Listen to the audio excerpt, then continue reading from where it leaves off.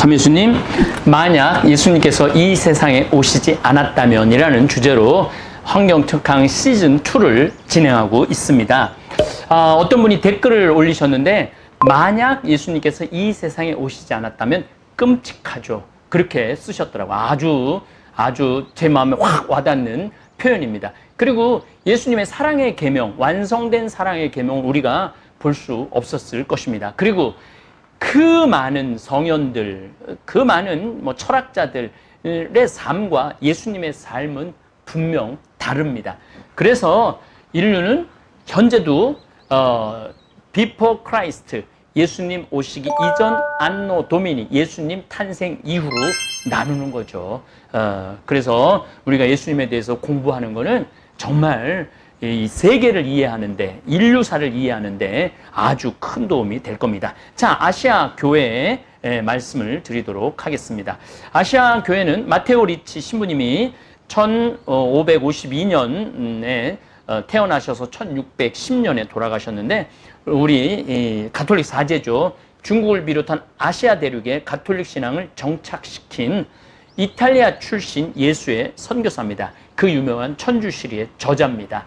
강완숙 골롬바, 황사영 알렉시오 성조께서 우리 주문모 신부님을 6년의 집에 모신 강완숙 골롬바 복자죠. 이제 이 강완숙 골롬바가 천주시리를 읽고 천주교야말로 내가 믿어야 될 종교라고 결론을 내렸다고 그러죠. 근데 사실 저는 천주시리 보긴 봤는데 너무 어려워갖고 못 읽겠더라고요. 한문으로만 돼 있는데, 이제 요즘에 이제 번역이 돼갖고 또 좀 읽기도 하죠. 어쨌든 이 강완숙 골롬바는, 제가 보기에는, 이 황사영 알렉시오 성인이 당신 백서, 황사영 백서에 남녀 모든 천주교를 통틀어서 강완숙 골롬바만한 천주교 신자는 없다라고 이야기할 정도니까. 그래서 우리 한국 가톨릭 교회에 강완숙 골롬바를 이어받아갖고 사제들을 잘 모시는 그러한 신앙의 전통이 있는 것 같습니다. 그리고 이제 그 유명한 프란치스코 하비에르, 하비에르 신부님은 인도 고아에 도착해서 가톨릭 교리 해설서와 성가를 현지말로 번역, 아주 말을 잘했다고 그래요. 그리고 교회 지도자를 키우기 위해서 고아 신학교를 설립을 한 거죠. 벌써 500년 전에 설립한 신학교죠. 어쨌든 예수님이 이 세상에 오셔서 제일 먼저 제자 교육을 했죠. 이 제자 교육이 참 중요한 거예요. 하느님 나라 선포를 하기 위해서는 사제 양성이 참 중요합니다. 그래서 여러분들 지금 우리 신학생들 귀하게 여겨야 돼요. 그리고 사실은 요즘 이래도 장가 못 가고 저래도 장가 못 가는 사람들이 너무너무 많은데, 하느님 나라를 위해서, 정말 하느님 나라를 위해서 복음을 전하기 위해서 봉헌하는 거, 자신의 삶을 봉헌하는 거 의미 있는 일이라고 저는 생각을 합니다. 제 강의를 듣는 젊으신 분들 좀 생각을 한번 바꿔서, 제가 이렇게 사제로 한 28년을 살아보니까 그래도 내가 일반 세상에서 살았을 때의 기쁨하고 사제로 살았을 때의 기쁨하고 크기를 가끔 생각을 해보죠.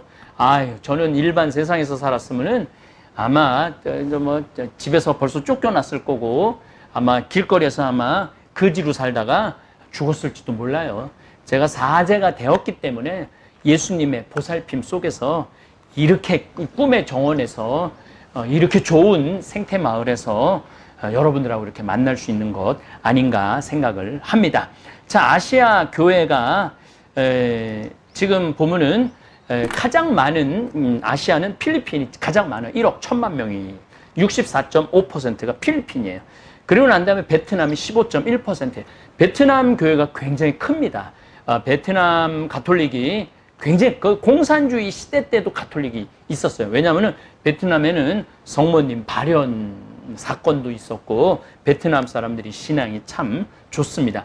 중국이 9.3%, 한국이 아시아 전체의 5%를 차지하고 있죠. 인도가 4.6%, 인도도 아시아로 보고 일본이 1.5%로 이렇게 뭐 그 외에도 지금 미얀마, 베트남, 인도네시아는 워낙 이슬람이 강하긴 하지만은 인도네시아도 가톨릭이 지금 많이 전해지고 있습니다.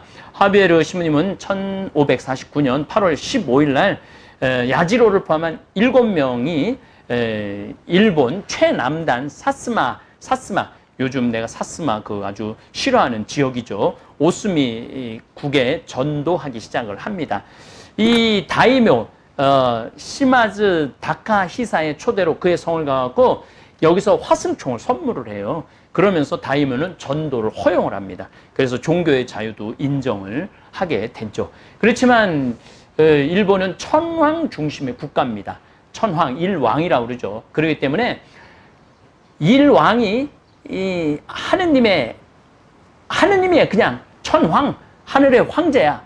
그런데 또 다른 황제를 섬길 수가 없잖아요. 그래서 박해를 어마어마하게 합니다. 제가 이제 여러분들 침묵이라는 소설을 책 읽어주는 사제라는 거기에서 꼭지에서 침묵을 우리 신부들하고 읽기로 했어요. 보면은 일본 사람들 지독한 건 뭐 그때나 지금이나 똑같지 않을까 싶습니다. 자, 이제 호주 뉴질랜드 가톨릭 1688년 최초의 영국인 항해사 댐피어가 오스트리아 대륙에 도착을 하죠. 그리고 쿡 선장, 유명하죠. 쿡 선장이 뉴질랜드를 발견하고 이어서 동해안 쪽 탐험하면서 영국에게 지배권을 넘겨요. 1769년. 그래서 이제 이 영국에서도 이제 자꾸 이제 호주로 사람들을 보내죠. 현재 호주 가톨릭은 23%가 가톨릭이에요. 성공회가 13%, 개신교가 16% 가톨릭 기반 국가입니다. 우리 이제 직원들이 이제 예수님 때 교회 가톨릭이라는 표현을 쓰기가 좀 그래요. 초대 교회라고 표현을 쓰죠. 지중해 지역 하다가 유럽 선교가 되고 유럽 선교가 끝나고 1500년에 남아메리카, 그 다음에 1600년, 1700년에 북아메리카, 그리고 1700년 이후에 아프리카, 1500년에는 아시아가 선교가 되긴 됐는데 불교와 유교의 영향이 너무 강해서 또 그 바람에 또 지금도 중국은 종교의 자유를 인정하지 않죠. 공산주의로 되는 바람에 14억이라는 어마어마한 인구가 지금 선교의 복음의 혜택을 받지 못하죠. 거기에 따라서 북한 역시도 공산주의로 김일성, 김정일, 김정은 이 신이에요, 신. 정말 신이에요, 신. 그러니까 종교가 들어갈 수가 없는 지역이죠. 빨리 이 공산국가가 문이 열려갖고 우리가 하느님의 복음, 예수님의 사랑을 전하는 날이 빨리 오기를 바랍니다. 뉴질랜드도 호주와 비슷하게 가톨릭이 가장 많고 그 뒤로 성공회와 개신교가 차지를 하고 있죠.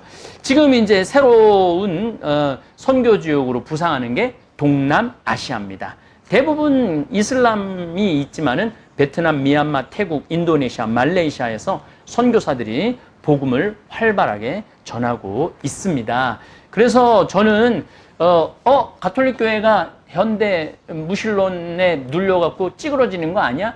2000년 역사상 지금처럼 온 지구 구석구석에 선교사가 파견되어 갖고 복음을 전하는 적은 없어요.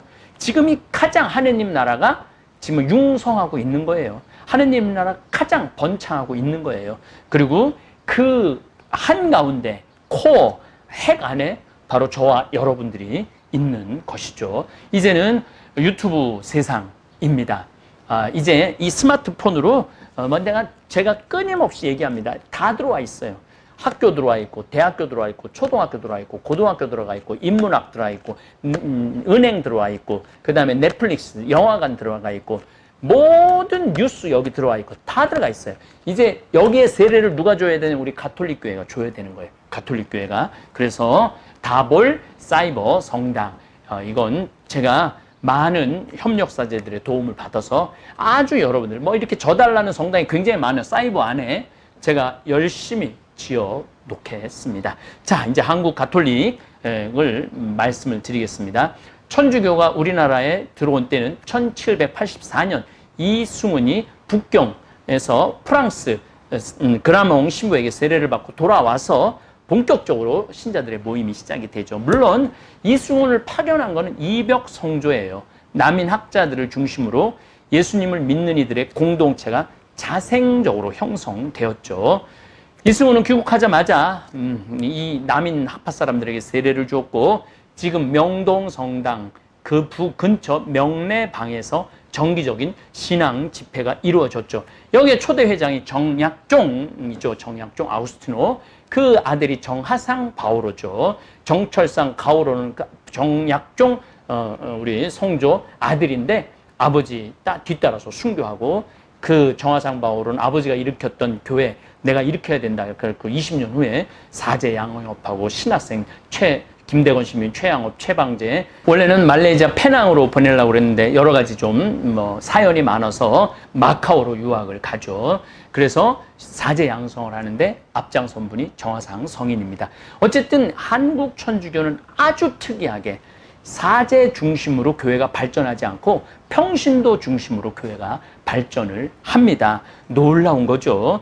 우리 민족 스스로 천주교 신앙을 받아들인 경우가 세계 교회사에서 우리 조선 천주교 하나가 유일합니다. 나머지는 다 선교사가 예수회가 가거나 프란치스코회가 가거나 다 도미니코회가 가거나 선교사들이 가서 선교를 했잖아요. 그런데 한국 천주교만 유일하게 천주실이 서학이라고 그러죠. 서학을 공부를 하다가 우리가 궁금했던 이 세상의 조물주, 이 세상의 구세주, 이게 참 종교다, 참 진리다. 그래서 믿기 시작한 정말 자랑스러운 선조를 둔 것이죠. 자, 그래서 2000년이 지난 지금 여러분들 지도를 이제 보실 거예요. 보면은 원래는 여기 지중해만 있었다가 그 다음에 남아메리카, 북아메리카, 그 다음에 아프리카, 그 다음에 오세아니아, 그 다음에 여기 보면은 파푸아 뉴기니도 가톨릭이 굉장히 강합니다. 파푸아 뉴기니 여기 이 지역, 그러니까 남아시아 지역도 선교가 많이 이루어지고 있고 여기 한국만 빨갛죠. 한국은 가톨릭 교회가 세계에서도 유례를 찾아볼 수 없을 정도로 굉장히 많이 지금 성장을 하고 있죠. 한국 가톨릭 교회는 자생력도 굉장히 강해요. 다른 나라들은 뭐 성당지라고 국가에서 대주고 아니면 뭐 왕국에서 대주고 다 지주들이 대주고 이랬는데 한국 가톨릭 교회만 자생적으로 명동성당도 우리 신자들이 모여갖고 벽돌 저 나눠서 지은 성당입니다. 명동성당도. 그래서 참 한국 가톨릭 교회가 저는 굉장히 자랑스럽고 지금은 또 전 세계로 나가고 선교를 하고 있죠. 제가 지난번에 아프리카 선교사님들을 위해서 피정 지도도 하고 왔지만은 참 하느님 나라 이제는 거꾸로 이제 가고 있는 거죠. 이스라엘에서 시작한 하느님 나라 선포가 이제 우리 한국에서 아주 중심이 돼갖고 아프리카의 신학교까지 져주는 그러한 역할을 하고 있죠. 그래서 교회는 점점 이렇게 성장하고 있는 것입니다. 만약 예수님께서 이 세상에 오시지 않으셨다면 어떻게 될 뻔했어요? 큰일 날 뻔했죠. 그러니까 예수님은 때가 차서 하느님 나라가 가까이 왔다. 그때 기가 막히게 오신 거예요. 회개하고 복음을 믿어라. 예수님께서 말씀하시는 때는 창조된 인간이 하느님 구원 역사를 받아들일 준비가 되어 있다는 거예요. 영적으로 준비가 돼 있었던 거예요. 이제 헬레니즘, 헤브라이즘을 이제 공부를 할 거예요. 헬레니즘은 그리스를 알렉산더가 시작한 헤브라이즘. 여기에는 이제 그 헤로도투스의 이야기, 그리스 신화 얘기를 잠깐 좀 할 겁니다. 그러면서 그 문화가 히라보 문화가 대단했던 거예요. 그리고 아브라함부터 시작한 야훼 신화, 이게 히브리즘입니다. 예수님은 이 헤브라이즘, 헬레니즘을 종합한 그 또 로마 지배 시대에 왔으니 정신적으로 준비가 탄탄한 때 예수님이 온 거죠. 이제 하느님이라는 단어를 다 담아내고 이해하고 받아들일 준비가 되었던 거죠. 이에 하느님이신 예수님께서는 이 세상에 오셔서 십자가에서 구원의 완성, 제사의 의미를 이 희생제사, 번제물을 완성을 이루어서 온 민족에게 하느님 나라 선포할 때를 말한 거예요. 그러니까 2000년 전에 그 때를 선포하시고 딱 3년 살다 가신 거죠. 3년 살다가 예수님은 하늘에 오르시고 제자들이 2000년을 이어온 이 신비, 그리고 이제 지구 전체에 복음이 선포되었습니다. 이제는 쇄신, 리어댑테이션 이게 필요해요. 교회가 초대교회의 모습으로 돌아가야 되는 거죠. 그동안 지금 가톨릭교회, 개신교도 말할 것도 없어요. 개신교, 천주교 욕할 자격 저는 없다고 생각해요. 지금 개신교 대형교회 보세요. 어마어마하잖아요. 교회가 커지면은 돈이 많이 모이고, 돈이 많이 모이면은 어떻게 되느냐면 부패하게 돼 있어요. 그래서 제 삶의 신조 중에 나중에 쓴다 이건 없어요. 쓰려면 언제 써? 지금 쓰는 거야. 그러니까 그 달에 버는 건 그 달에 다 써야 돼. 모아두면은요 썩게 돼 있어요. 모아두면은 썩은 일에 쓰게 돼 있어요. 돈은. 그래서 제깍제깍 아프리카로 제깍제깍 보내고, 지금 필리핀 신부님, 외방송계 신부님이 도와달라고 해서 이번 또 5천만 원 어려운 가운데 보내줬죠. 그래서 제깍제깍 써야지 부패가 없는 거죠. 자, 여기까지만 좀 우리가 공부하고 오늘 수업을 마치겠습니다. 33년이라는 짧은 삶을 살다가 가신 예수님. 도대체 예수라는 젊은이가 누구이기에 인류 역사 2000년의 주인공이 되었을까? 위대한 철학가 많았죠. 철학가 소크라테스, 아리스토텔레스, 플라톤, 뭐 데카르트, 칸트, 뭐 니체, 뭐 여기 와갖고 뭐 얼마나 많은 철학자들이 있었어요. 그런데 그런 철학자들이 차지하는 위치와 예수 그리스도가 차지하는 위치 자체는 너무나 다른 거죠. 그리고 예수님은 나라를 세우지도 않았어요. 거대한 건축물도 남기지 않았어요. 근데 어떻게 나라를 세우지도 않고 거대한 건축물도 남기지 않았던 이 젊은이가 어떻게 인류 역사의 시작이요 마침이 되고 인류 역사 안에 깊숙이 개입할 수 있었을까? 이건 우리가 물어봐야 돼요. 마케도니아의 알렉산더는 뭐 거의 인도까지 정복을 했죠. 근데 그 나라 없어졌잖아요. 로마의 카이사르는 전 지중해를 다 통일을 했잖아요. 그런데 로마라는 나라 없어졌잖아요. 이탈리아라는 지금 한 나라로 줄어들었잖아요. 중국의 진시황, 무슨 만리장성을 짓고 안 죽으려고 제주도까지 왔다 갔다 그러는데 그 중국의 진시황, 이 나라 지은 나라도 없어졌어요. 진 나라도. 몽골의 징기스칸, 인류 역사상 가장 넓은 땅을 가졌다고 그러는 징기스칸, 이 나라도 없어졌어요. 프랑스의 나폴레옹, 프랑스 역사상 가장 넓은 땅을 가진 이 황제가 나폴레옹이죠. 그래서 이 프랑스 사람들은 나폴레옹을, 이 유대가 다윗을 그리워하던 나폴레옹을 그리워하는 거예요. 독일의 히틀러, 이건 아주 나쁜, 여기 중에 착한 사람이 어디 있어? 사람 다 죽이고 나라 정복한 사람들인데. 그래서 저는 알렉산더 대제, 알렉산더 황제, 이런 말 쓰는 거 전 좋아하지 않아요. 그 사람들은 그런 거 받을 자격이 없는 사람, 얼마나 많은 사람들을 죽여, 땅을 넓힌 게 뭐 그렇게 대단한 거예요. 그런데 도대체 왜 예수라는 젊은이가 세운 나라는 2000년을 이어오고 성장할까? 이거 물어봐야 돼요. 그리고 그 예수 그리스도 이 안에 있는 진리가, 사랑의 힘이 얼마나 강했으면은 2000년을 이어오고 전 세계 곳곳에 지금 퍼져 있는가? 이 질문을 저는 꼭 우리 그리스도인들이라면 해야 되지 않을까, 이런 생각을 해봅니다. 예, 감사합니다. 너무나도 고소해 참을 수가 없을걸. 건강히 책임져줘 생태만 전국장. 전국장이 냄새 난다. 선입견이 있나요?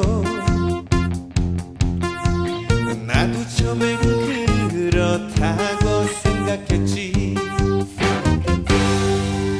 전국장 가루를 생수에 타먹은 그 순간 고소함과 함께 깔끔한 맛이 밀려왔지.